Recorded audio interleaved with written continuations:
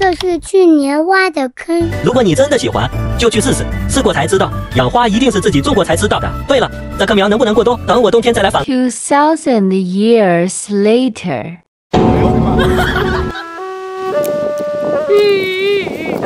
快别哭了，还没死。Hello， 大家好，欢迎收看靓仔小虾饺的频道。去年春天，头铁园艺人，也就是本人，挑战咱们江浙沪一带园艺博主的魔咒，银叶金合欢。折腾了这么久，现在还活不活？有话有说，种这玩意儿主打一个换的勤，年抛啊！看来是大家一起边种边嘎，嘎了又种。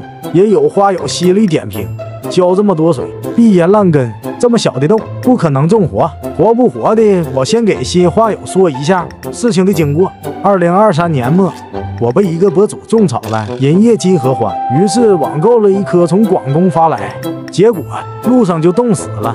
基于我对它的热爱，以及对上海植物园地中海花园的观察，发现人专业植物园内露天也种了银叶金合欢，并且基于我对一本较高纬度奈良地区的银叶金合欢种植观察，信心满满的头铁博主，也就是宰相，于2024年春天又从本地花市买回了一颗种下，并答应花友过冬后反馈它的死活状况。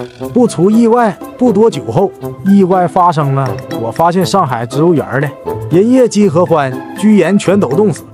与此同时，我发现曾经的参考依据奈良野，由于我的蔬果变得不具有任何参考意义，因为它虽然纬度高，但冬天的冷量是远远少于我们无锡地区的。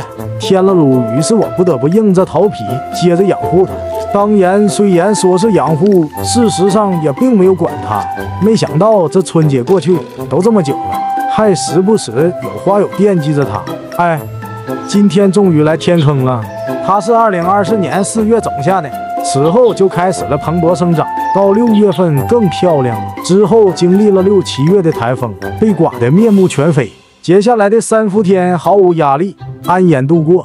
到国庆节是这样的，叶子比最开始变黄了不少，也没那么茂密了。到11月初给它做了轻微修剪，12月中旬它变得更黄了。这时温度逐渐下降，我准备了稻草保温，在12月29号给它裹上了。就这样裹了2个半月，到今年3月15号，温度逐渐回暖，终于到了才确定饿得树的时候。我满怀期待，一头翠绿的小树苗把稻草一圈圈展开，随着最后一层摘下，这悬着地心终于死了。不知道的还以为我在这立了把枯扫帚，好在我没有灰心，没有一气之下倒拔金合欢，把绳子松开，枝条一点一点展开来。整棵树的叶片已经枯黄变脆了，但枝干还是透露着隐隐绿色。于是我给它叶子全薅下了，一缕树枝就哗啦啦全掉了。你别说，还挺紧张。剪开看看树枝里面是绿色的，这意味着这棵银叶金合欢丑是丑了点，但它还活着，成功过冬了。接下来就是漫长的等待和正常的养护。哎，说多余了，没有养护。终于经历整整2个月，到5月18号，这棵银叶金合欢再次回到了颜值巅峰，小嫩芽还在不断冒出来。自此，这棵小树苗在室外过冬保护下，安然度过了无锡零下好几度的冬天。此时此刻，它正在接受台风竹节草的考验。养植物的过程就是这样，有期待，有沮丧，有惊喜，也有欣慰，最重要的是有趣儿。至于今年冬天它会如何度过，我还没有想好。在春节期间，本应是银叶金合欢一年最漂亮的开花阶段，却不得不裹成个大粽子，估计它也不愿意。或许今年就让它在寒冬开花吧。如果没挺过去，我打算种一棵油甘蓝。